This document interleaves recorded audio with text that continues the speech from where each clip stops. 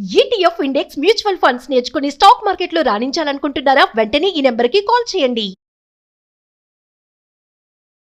నమస్తే అండి, welcome to Suman TV. అయితే ఆర్ఆర్బీ గ్రూప్ డి నుండి ఒక మంచి శుభవార్త అయితే రావడం జరిగింది. అది ఏంటంటే RRB group D 2026 application date వచ్చేసి మార్చి 3, 2026 వరకు మాత్రమే ఉండే. అయితే ఈ యొక్క డేట్ని విద్యార్థుల కోరిక మేరకు, నిరుద్యోగుల కోరిక మేరకు మార్చి 9 వరకు అయితే పొడిగించడం జరిగింది. ఇంకెవరైనా నిరుద్యోగులు ఈ యొక్క గ్రూప్ డి అప్లికేషన్ చేసుకున్నటువంటి వారు ఉంటే మీరు తొందరగా ఈ యొక్క గ్రూప్ డి అప్లికేషన్ అయితే పూర్తి చేసుకోగలరు. అయితే ఇంకొకటి ఏంటంటే చాలామంది ఇంతకుముందు ఈ ఆర్ఆర్బీ గ్రూప్ డి అనేటువంటి అప్లికేషన్ ప్రాసెస్లో బ్యాంక్ అకౌంట్ని యాడ్ చేసుకోవాల్సి ఉండే.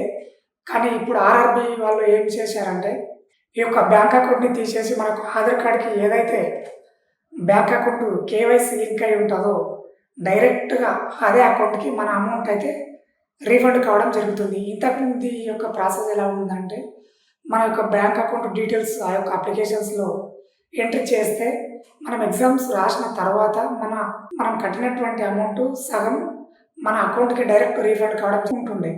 అయితే మనం ఏదైతే అకౌంట్ ఇచ్చింటామో ఆ అకౌంట్కి మాత్రమే అమౌంట్ రీఫండ్ వస్తుండే. కానీ ఇప్పుడు అలా లేదు. మనము ఏదైతే మన ఆధార్ కార్డ్కి ఏదైతే బ్యాంక్ అకౌంట్ లింక్ అయి ఉంటుందో ఆ బ్యాంక్ అకౌంట్కి మాత్రమే ఈ యొక్క ఆర్ఆర్బీ ఎగ్జామ్కి సంబంధించినటువంటి అప్లికేషన్ ఫీజు 50% మన ఆధార్ కార్డ్కి లింక్ అయినటువంటి బ్యాంక్ అకౌంట్కి డైరెక్ట్గా పడడం అయితే జరుగుతుంది. ఒకవేళ మీ ఆధార్ కార్డ్కి ఏ అకౌంట్ కానీ లింక్ లేకపోతే మీ యొక్క అప్లికేషన్ ప్రాసెస్ మధ్యలోనే ఆగడం జరుగుతుంది. కాబట్టి నిరుద్యోగులు ఈ యొక్క విషయాన్ని గమనించగలరు.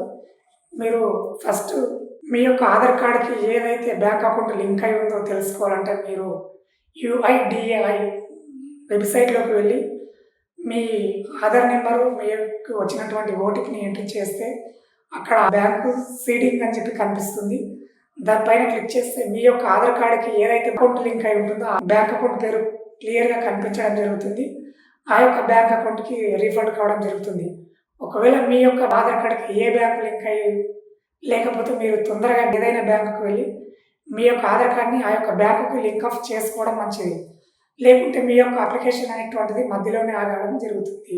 అయితే ఇంకొకటి ఏంటంటే చాలామంది ఈ యొక్క ఆర్ఆర్బీ గ్రూప్ డి ఎగ్జామ్ అనేటువంటిది ఇంగ్లీష్లోనే ఉంటుందా అని చెప్పి అప్లికేషన్ చేసుకోకుండా ఉండడం జరుగుతుంది. లేదంటే ఈ యొక్క ఆర్ఆర్బీ ఎగ్జామ్ అనేటువంటిది 1 year బ్యాక్ నుంచి తెలుగులో కూడా కండక్ట్ చేయడం అయితే జరుగుతుంది. కాబట్టి మీరు ఇంగ్లీష్ రానటువంటి వారు కూడా ఈ యొక్క ఆర్ఆర్బీ అప్లికేషన్ చేసుకోవచ్చు. మీరు ఇంగ్లీష్ రాకపోయినా మీరు భయపడాల్సిన అవసరం లేదు. నిశ్చింతంగా వెళ్ళి మీ యొక్క అప్లికేషన్ అయితే పూర్తి చేసుకోండి. ఎగ్జామ్స్కి రెడీగా ఉండండి. జాబ్ని సొంతం చేసుకోండి. అయితే ఆర్ఆర్బీ గ్రూప్ డి నుండి ఒక మంచి శుభవార్త అయితే రావడం జరిగింది. అది ఏంటంటే RRB group D 2026 application date వచ్చేసి మార్చి 3, 2026 వరకు మాత్రమే ఉండే.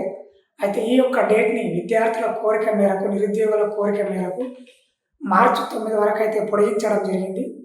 ఇంకెవరైనా నిరుద్యోగులు ఈ యొక్క గ్రూప్ డి అప్లికేషన్ చేసుకున్నటువంటి వారు ఉంటే మీరు తొందరగా ఈ యొక్క గ్రూప్ డి అప్లికేషన్ అయితే పూర్తి చేసుకోగలరు.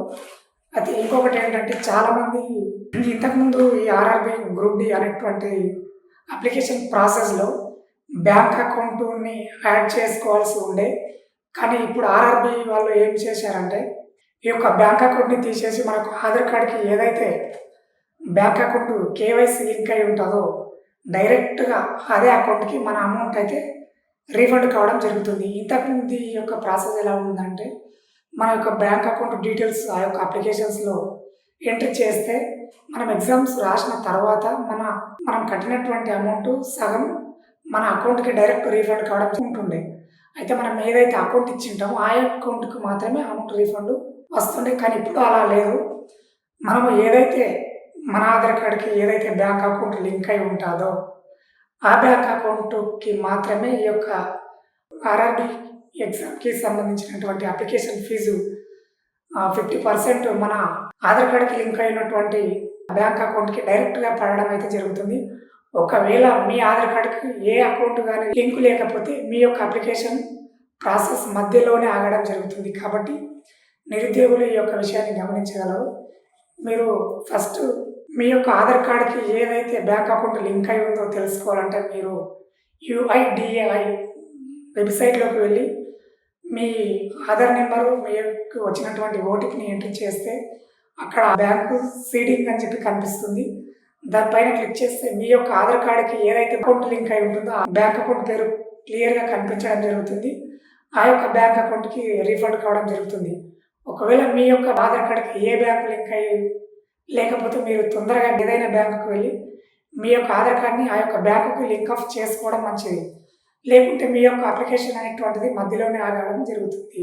అయితే ఇంకొకటి ఏంటంటే చాలామంది ఈ యొక్క ఆర్ఆర్‌బీ గ్రూప్ డి ఎగ్జామ్ అనేటువంటిది ఇంగ్లీష్‌లోనే ఉంటుందా అని చెప్పి అప్లికేషన్ చేసుకోకుండా ఉండడం జరుగుతుంది.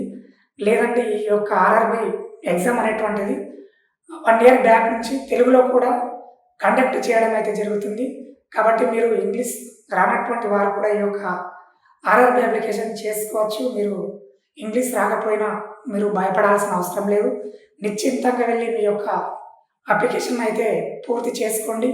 ఎగ్జామ్స్‌కి రెడీగా ఉండండి. జాబ్‌ని సొంతం చేసుకోండి. Thank you.